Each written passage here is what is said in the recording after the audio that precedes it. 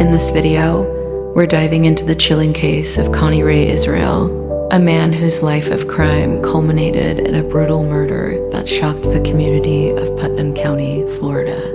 His story is one of violence, desperation, and ultimately, a bid for survival that led to one of Florida's most notorious capital punishment cases. This is the story of how one man's actions led to a fight for justice that would span years, leaving behind a trail of pain, betrayal, and cold-hearted violence. Let's go back to the fateful night of December 27th, 1991, when it all began. On December 27th, 1991, 77-year-old Esther Higgins, a well-known and well-loved woman from Putnam County, Florida, was absent from work without explanation. She was a hard-working lady who rarely missed a day of work. Knowing this, a colleague went by her home to check on her and saw her car still parked at her house.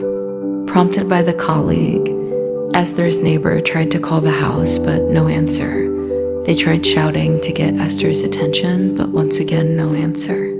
The police were called, and what followed was a discovery that would haunt the community for years. Esther was found deceased in her home, with her body being found in her bedroom.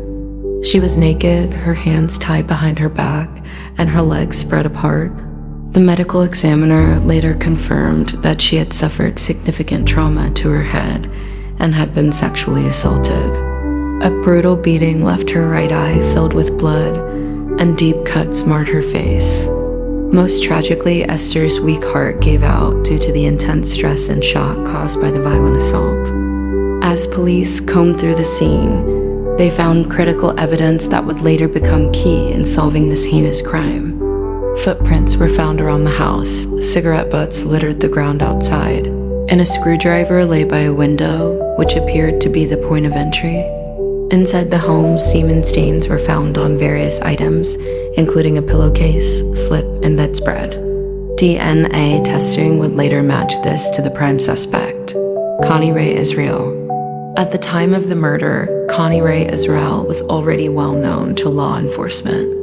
Born into a life filled with hardship, Israel had struggled with mental health issues, drug addiction, and a criminal record that spanned years. His early life was marked by instability and violence, and by the time he reached adulthood, Israel was deeply entrenched in a lifestyle of crime and substance abuse. Israel was not a stranger to violent crimes. He had prior convictions for burglary, assault, kidnapping, and sexual battery. These experiences had shaped him into a hardened criminal, and by 1991, his life had spiraled further out of control. Shortly after Esther Higgins' murder, Israel began acting suspiciously. He checked into various hotels around Palatka, Florida, paying for his stays in cash. Witnesses reported seeing him using crack cocaine and boasting about having hit the lottery, a clear indication that he had come into a large sum of money. But as it would later be revealed, that money wasn't from a lucky lottery ticket, it was stolen from Esther's home. One of the key witnesses in the case was Miriam Pittman, a local prostitute who had spent time with Israel around the time of the murder. She testified that Israel had taken her to a hotel where she noticed blood-stained clothes soaking in the bathtub. Pittman also spotted a black purse under the bed, later identified as Esther Higgins' purse. Despite these clear warning signs, it would take another 2 years before Israel was finally brought to justice. As the investigation into Esther's murder continued, police identified several suspects, including Israel. The critical breakthrough came when DNA testing linked the semen found at the crime scene to Israel. With this evidence, Israel was arrested in 1993, 2 years after the murder. In his initial statements to the police, Israel vehemently denied any involvement in the crime. He claimed that law enforcement had staged the scene and that his DNA had been planted. However, his alibi quickly unraveled, and other witnesses, including Israel's friend Melvin Shorter, testified to seeing him with large sums of money around the time of the murder. Israel had told Shorter that he had hit the lottery, but in reality he had stolen money from Esther's home a detail that would later be confirmed in court.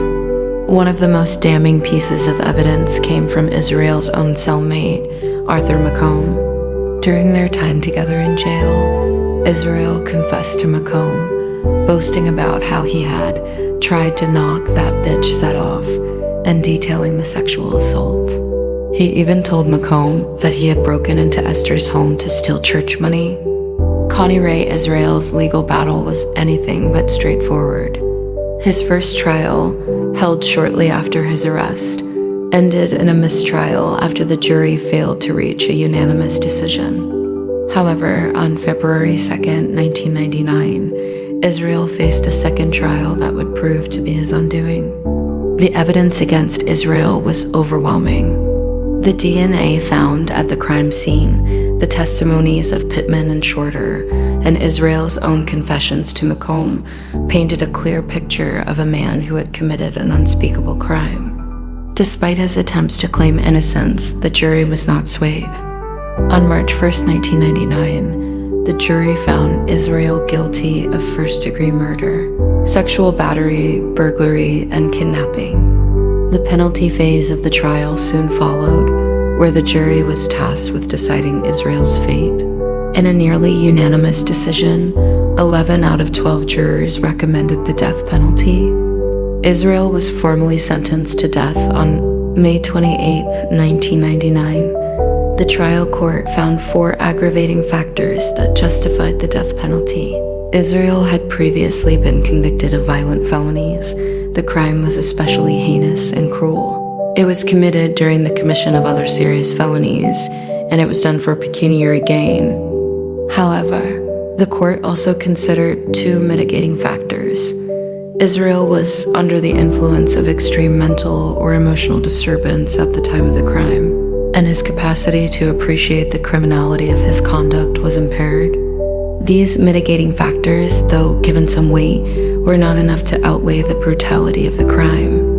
Over the next several years, Israel's legal team launched a series of appeals, attempting to overturn both his conviction and his sentence. They argued that Israel had been wrongfully excluded from parts of his trial, that he had not received adequate mental health evaluations, and that his death sentence was disproportionate given his mental health issues. However, these appeals were ultimately denied by the Florida Supreme Court. In 2002, the court upheld Israel's death sentence, ruling that the overwhelming evidence of his guilt, combined with the aggravating factors, warranted the ultimate punishment. One of the recurring themes throughout Israel's trials and appeals was his mental health. Multiple experts testified that Israel suffered from a variety of psychological disorders, including paranoid personality disorder, borderline intelligence, and brain damage.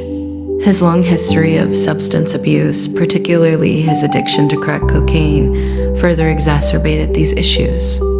At various points in his life, Israel had exhibited signs of severe emotional disturbance.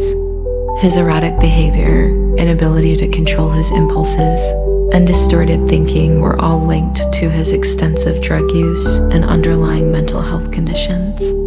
However, despite these factors, the courts consistently ruled that Israel's mental health did not excuse the violent and calculated nature of his crime.